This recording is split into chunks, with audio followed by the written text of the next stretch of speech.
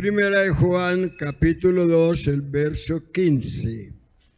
Primera carta del apóstol Juan, capítulo 2, el verso 15. Lo leo en voz alta y usted sigue mentalmente la lectura. Primera de Juan, capítulo 2, verso 15. Lo leemos para nuestra meditación.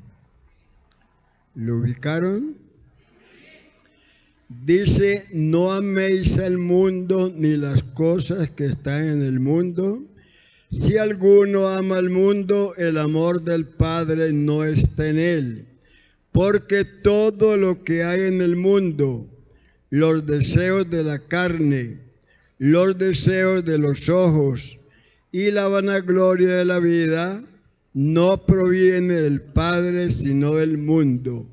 Y el mundo pasa y sus deseos, pero el que hace la voluntad de Dios permanece para siempre. Dando de alabanza pueden tomar su lugar. Aleluya. Bienvenidos a este culto en el nombre del Señor Jesús. El tema: conociendo la voluntad de Dios. ¿Sí me escucharon? Porque casi que me tumban con ese amén. Conociendo la voluntad de Dios.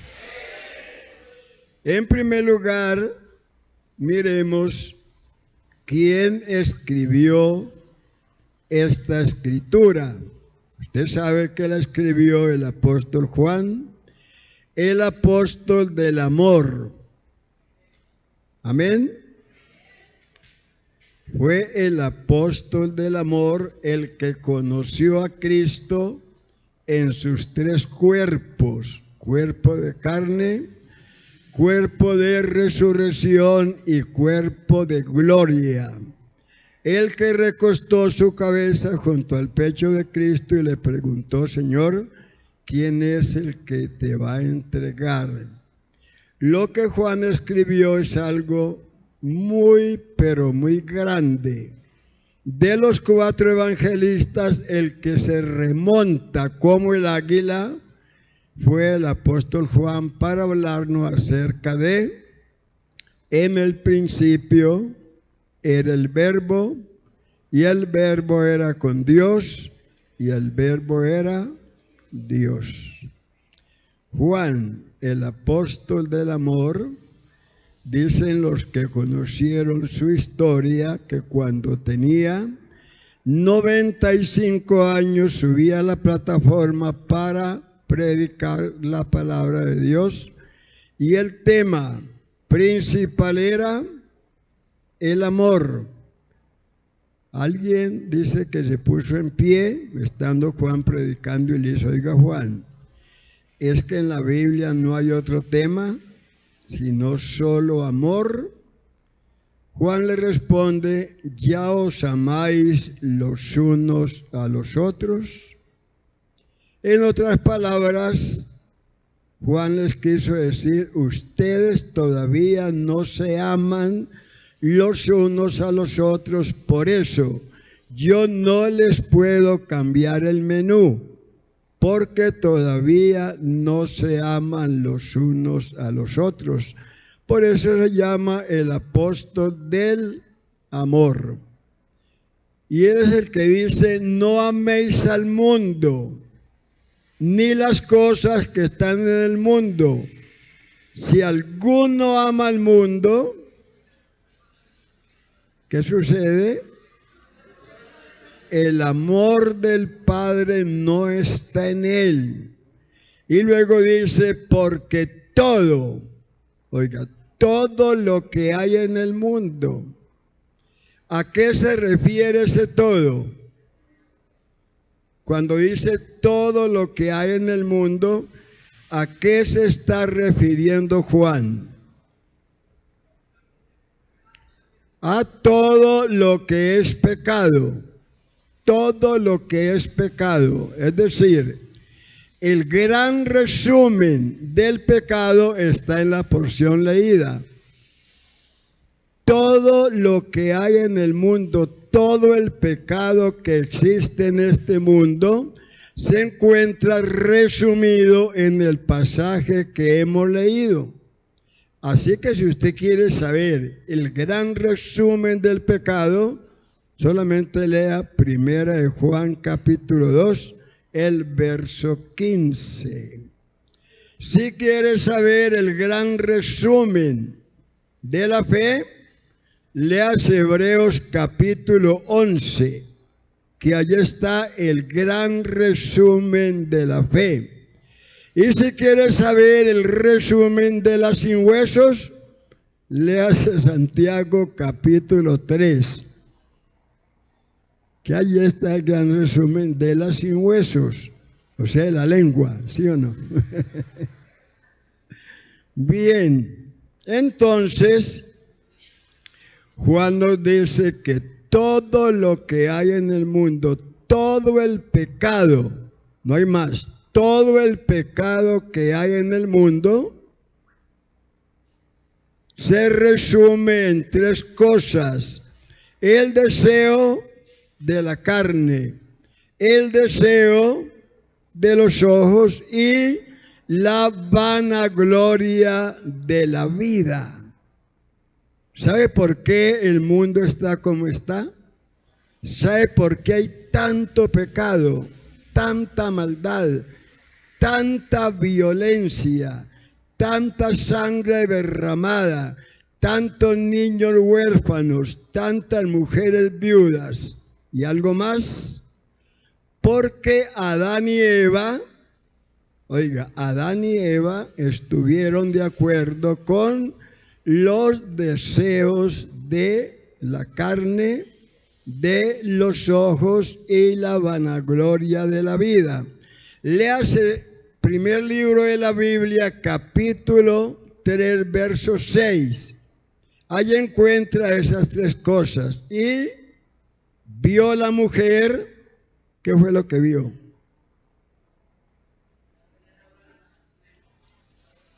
Vio la mujer que el árbol era bueno para comer. ¿Qué más sigue? Agradable a los ojos. Bueno para comer, los deseos de la carne. Agradable a los ojos, los deseos de los ojos. Y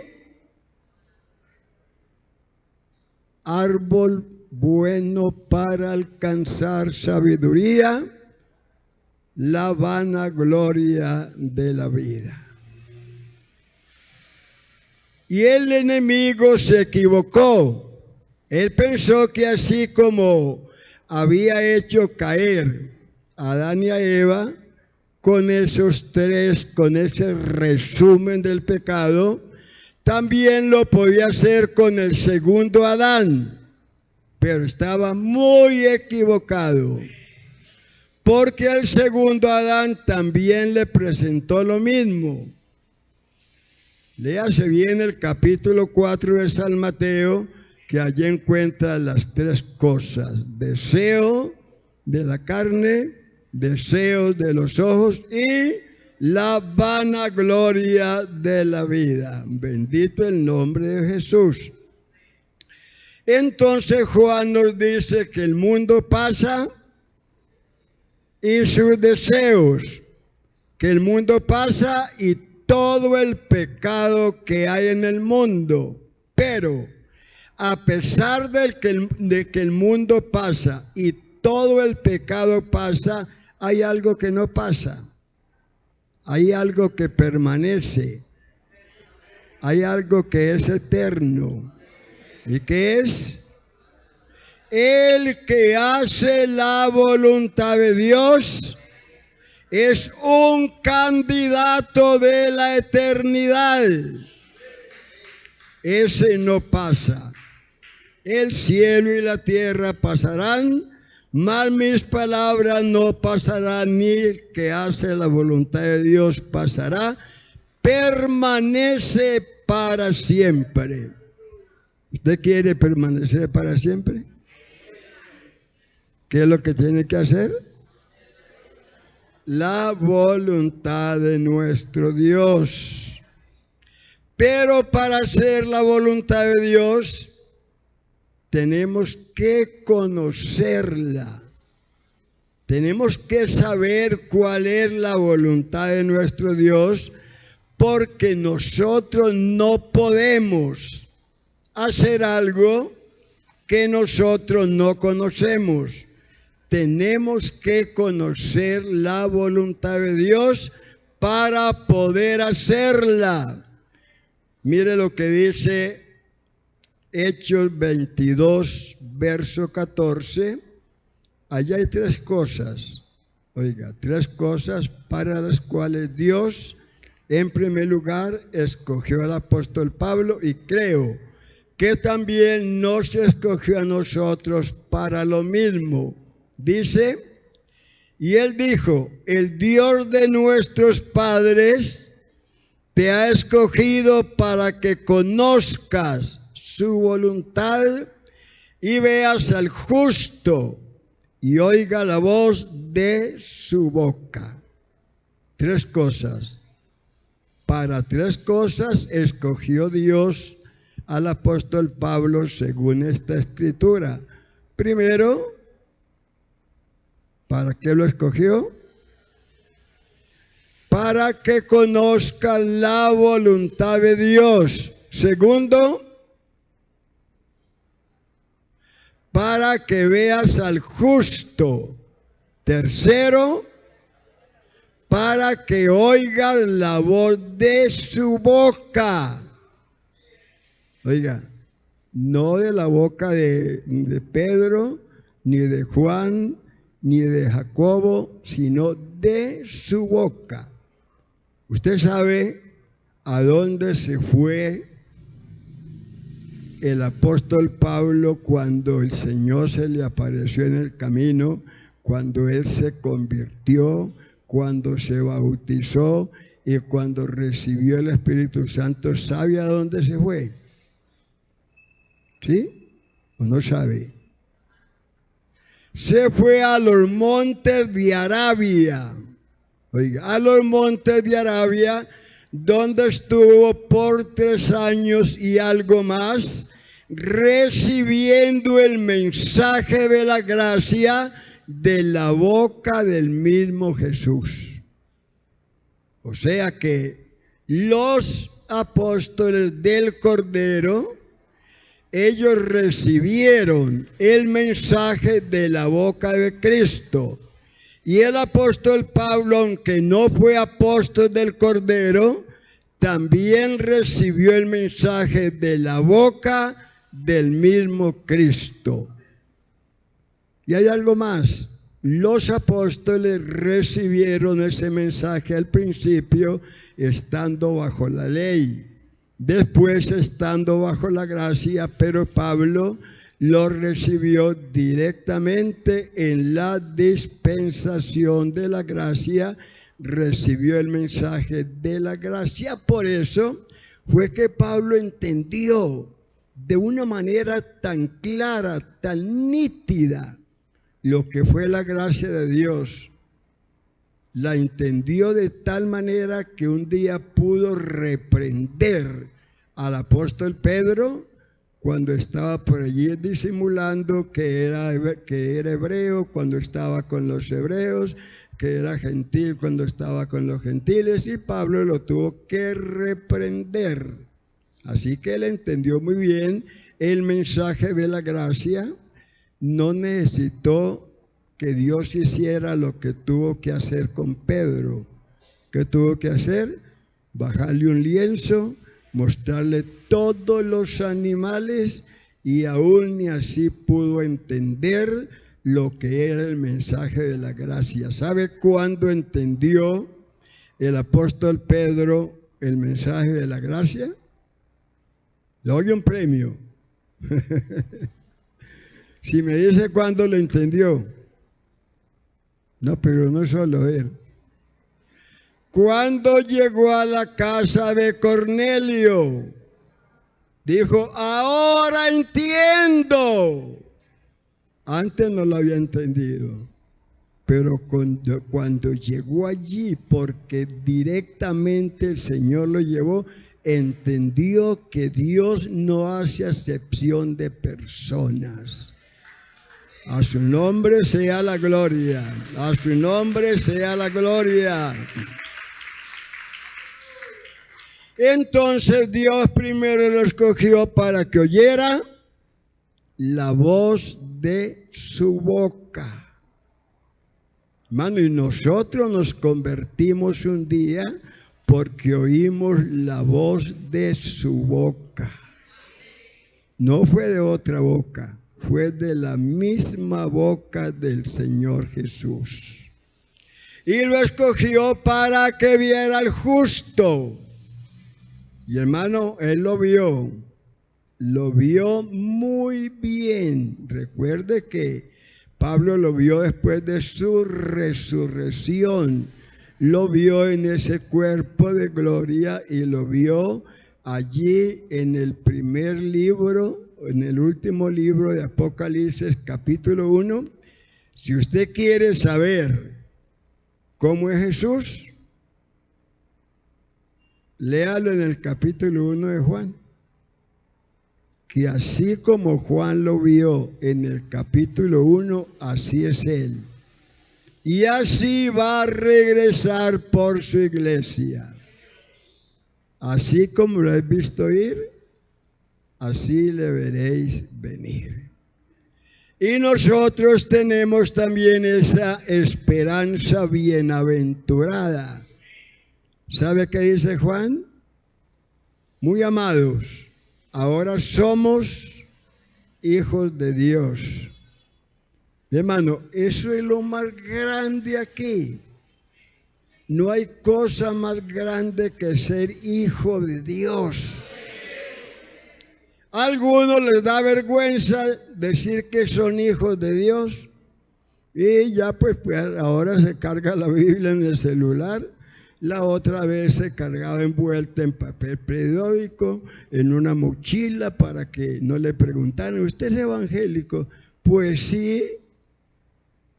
Casi que dice, pues no. ¿Sí? Pero Juan dice, ahora somos hijos de Dios. ¿Usted sabe lo que es eso? Ser hijo de Dios. Oiga, si hay personas que se sienten orgullosos siendo hijos del policía, ¿cómo se sentirá el hijo del presidente? ¿Y nosotros cómo nos sentimos? Hijos del Rey de Reyes y del Señor de Señores.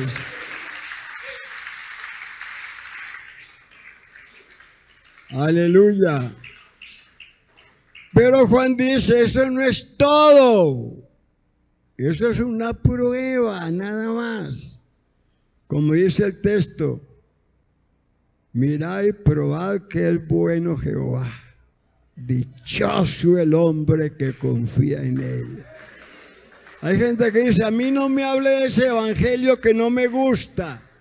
Pero ¿qué le va a gustar si no lo ha probado? Pruébelo para que vea que allí se queda, ¿sí o no? Ahora somos hijos de Dios y es solamente la prueba. Y aún no se ha manifestado lo que hemos de ser. Pero sabemos algo que los 4 científicos del mundo no lo saben. Nosotros lo sabemos. ¿Qué es lo que sabemos? Que cuando Él apareciere, seremos semejantes a Él.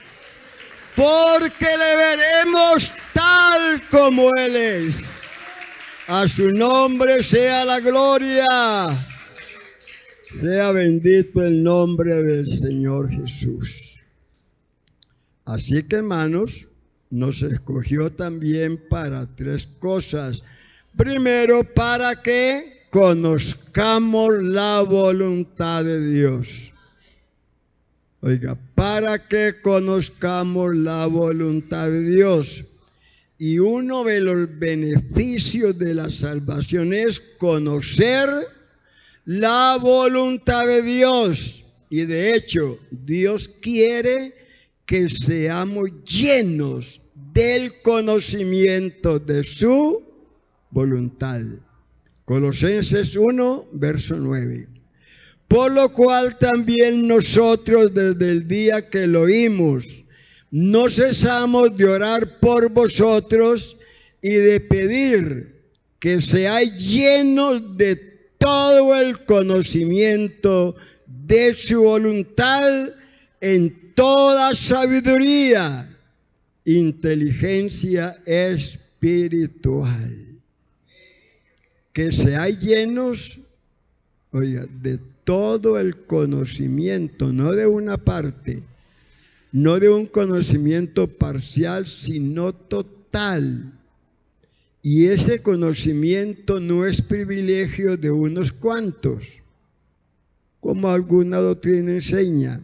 Ese privilegio es conocimiento de todo el cuerpo de Cristo, porque la Biblia dice que el conocimiento de Dios viene con todos los santos.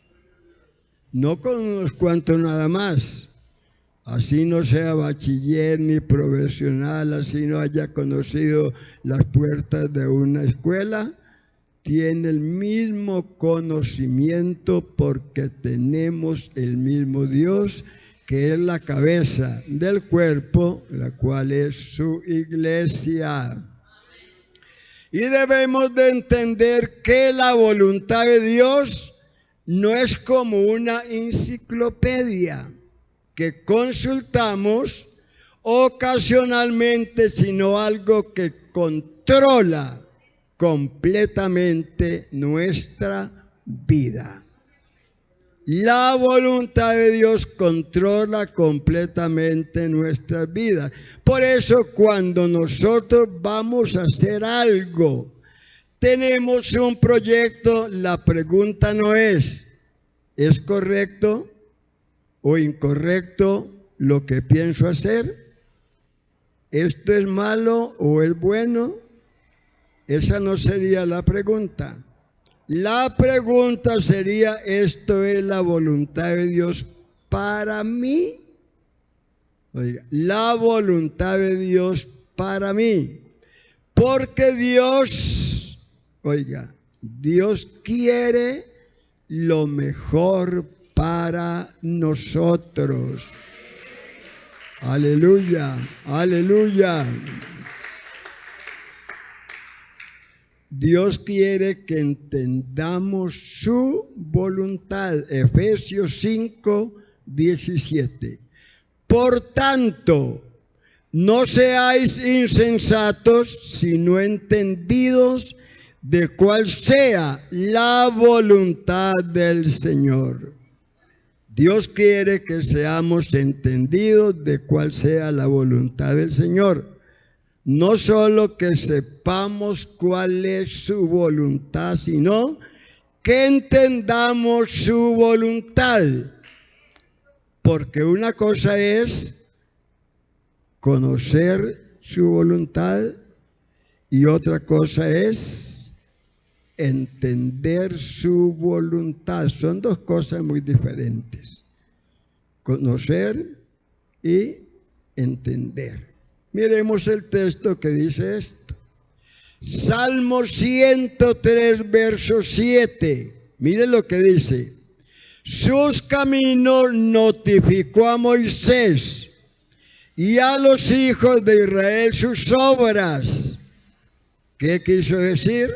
Cuando dice sus caminos notificó a Moisés y a los hijos de Israel sus obras. Quiso decir, Israel supo lo que Dios estaba haciendo, pero no supo por qué lo estaba haciendo. Supo lo que estaba haciendo, pero no supo el por qué Dios lo estaba haciendo. Pero Moisés supo lo que Dios estaba haciendo y por qué lo estaba haciendo. Mire, nosotros somos muy rápidos en juzgar, en hacer un juicio. Cuando un hermano comete un error, por ejemplo, cayó en un pecado, nosotros lo juzgamos rápidamente. Sabemos, bueno, fue eso, o me contaron, o yo lo vi, soy testigo que hizo eso. Eso es lo que sabemos. Pero hay algo más que nosotros no sabemos. ¿Qué es lo que no sabemos? Difícil responder, ¿no? ¿Por qué cayó en ese pecado? Sabemos que pecó, pero no sabemos por qué pecó. Y el único que sabe quién pecó y por qué pecó es el Señor Jesús. ¿Sí o no? Nadie más lo sabe. Por eso dijo Isaías que el Señor, con su conocimiento justo, justificaría a muchos y llevaría las iniquidades de ellos, porque solo el que conoce todas las cosas puede hacer un juicio correcto. Nadie más. Y el Señor sí sabe cuando usted se equivoca, sabe que se equivocó y sabe por qué se equivocó. A veces el hermano dice, hermano pastor, mire que hice esto, hice lo otro, o tal día esto y lo otro. Hermano, a mí no me tiene que decir nada, porque el Señor lo conoce todo. El Señor lo sabe todo. Dice que aún no está la palabra en nuestra boca y Él ya la sabe toda. Cuando nace el niño, sabe la primera palabra que va a decir y sabe la última palabra que va a decir. Hermano, qué Dios tan grande es el que nosotros tenemos. A su nombre sea la gloria. Entonces note que el pueblo hebreo supo lo que Dios estaba haciendo, pero no supo por qué lo estaba haciendo. Pero Moisés supo lo que Dios hacía y por qué lo hacía. Vea un ejemplo. Nosotros sabemos cuáles fueron los animales que Dios le prohibió a Israel que comiera. ¿Sí o no? Sabemos si leemos Levíticos, pero ¿sabemos por qué Dios le prohibió comer esos animales? No lo sabemos. Pero sabemos que Dios le prohibió: de este animal lo coma, de este tampoco, de este tampoco, de este tampoco, de este sí, de este no. Eso está en la Biblia, pero nosotros poco sabemos de eso, pero si miramos bien la Escritura, podemos saber por qué Dios les prohibió comer de esos animales, y la respuesta es: para mantener un pueblo sano, porque esa carne afectaba la salud del pueblo. Entonces Dios les prohibió comer de esa carne, porque Él, oiga, quería un pueblo completamente sano. Y el que comía de esa carne, ¿qué le pasaba? Se enfermaba por desobediente. ¿Sí o no? Entonces mire que es bueno saber cuál es la voluntad de Dios, como dice su gloriosa palabra. Algunos dirían, porque eran inmundos. Claro que esos animales eran inmundos. Eso no hay que averiguarlo mucho, pero sobre todo era para mantener un pueblo completamente sano. Después de conocer la voluntad de Dios, la debemos ¿qué? Hacer de corazón. Vea, después de conocerla, tenemos que hacerla de corazón. Efesios 6, verso 6.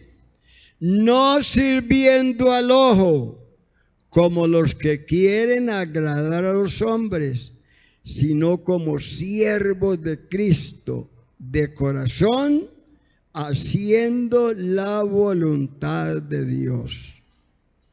Porque no es solamente hablar de su voluntad, sino hacer su voluntad. ¿Qué dice Mateo 7:21? No todo el que me dice, Señor, Señor, entrará al reino de los cielos, sino el que hace la voluntad de mi Padre que está en los cielos.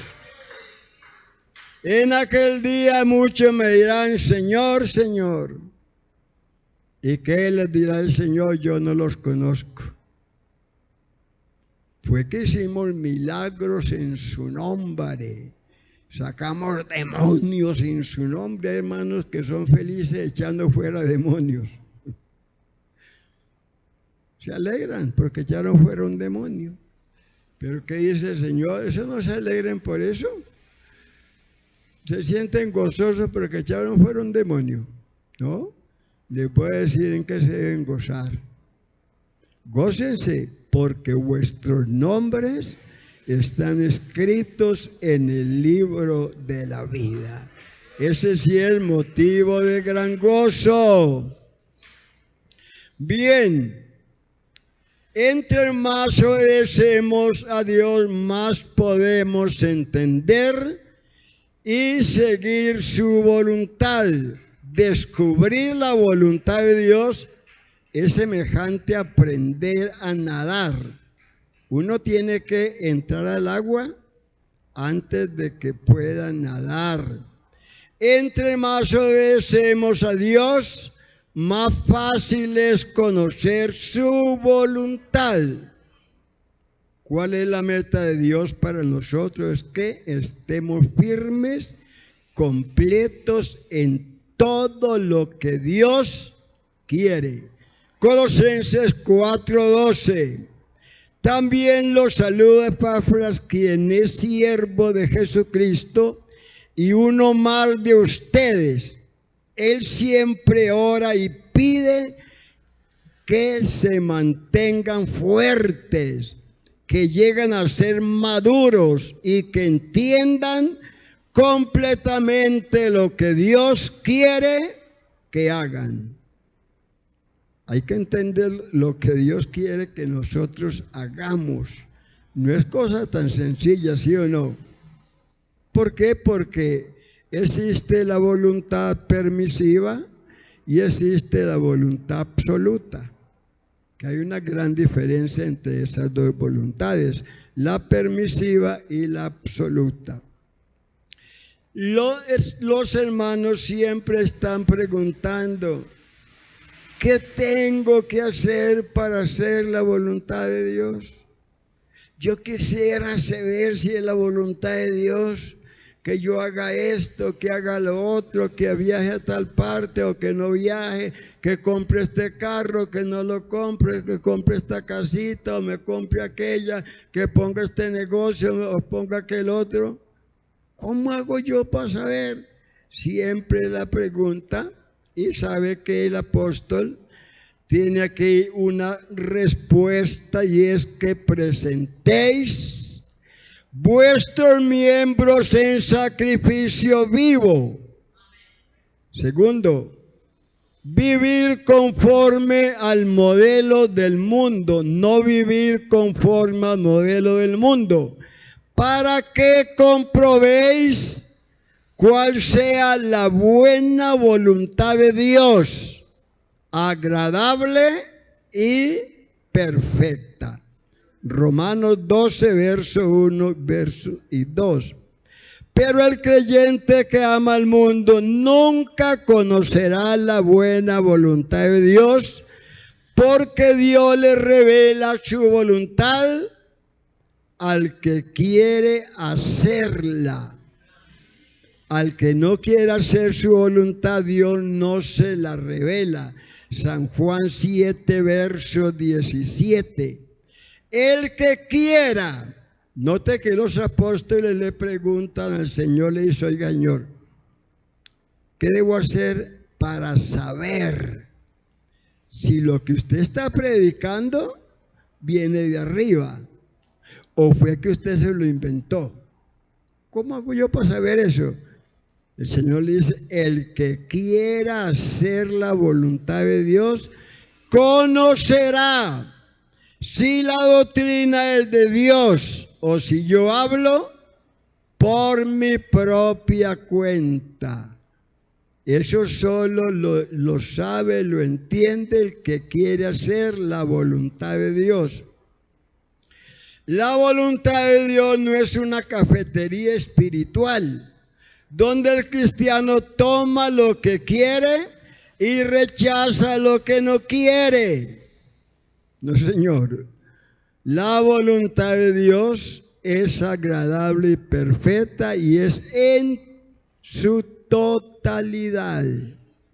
No es que tomo una parte y dejo esta, no. La voluntad de Dios hay que tomarla en su totalidad. ¿Qué dijo Cristo? No solo de pan vivirá el hombre, sino de toda palabra que sale de la boca de Dios. No dijo de una parte, no, de toda palabra que sale de la boca de Dios. Así que la voluntad de Dios es clara, sumamente clara. Ya voy a terminar. Mire, en resumen, óigame bien, ahora les decía: hermano, ¿qué hago? Tengo el negocio, tengo aquel otro, viajo para tal parte, tal día, a tales horas, me voy en bus, me voy en avión o me voy a pie. ¿Qué hago? ¿Cuál será la voluntad de Dios? Hermano, mire, hermano, y la voluntad de Dios está resumida en un solo texto. En un solo texto. ¿Cuál es? Primera carta de Pablo a la iglesia en Tesalónica, capítulo 4, verso 3. Pues la voluntad de Dios es vuestra santificación, que os apartéis de fornicación. Mire qué sencillo. Usted no tiene que preguntar tanta cosa, hermano, hago esto, no lo hago, ¿qué hago? No, hermano, mire, un ejemplo y termino. Si usted, por ejemplo, aquí en Dos Quebradas tiene un negocito, le va bien.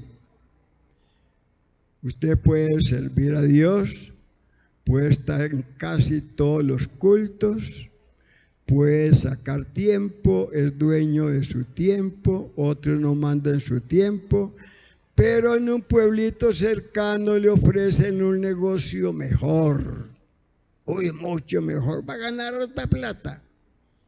Y usted comienza: Señor, muéstreme su voluntad. ¿Cuál es su voluntad? ¿Será que sí? ¿Será que no? Señor, ¿qué hago? Le pregunta a un diácono, le pregunta al pastor, le pregunta a la presidenta de damas, al presidente de jóvenes. ¿Será esto la voluntad de Dios, Señor? ¿Cómo hace usted para saber si es o no es? Fácil, fácil. Si ese negocio que le brindan tan bueno en otro lugar le quita la libertad para asistir a los cultos que usted siempre asistía, le quita la libertad para servirle a Dios, y usted se va a esclavizar de ese negocio antes que de las cosas de Dios, póngale la firma, no es su voluntad. Mire, todo lo que contribuye a nuestra santificación es su voluntad.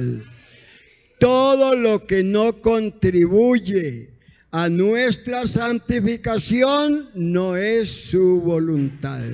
Que el Señor nos siga bendiciendo.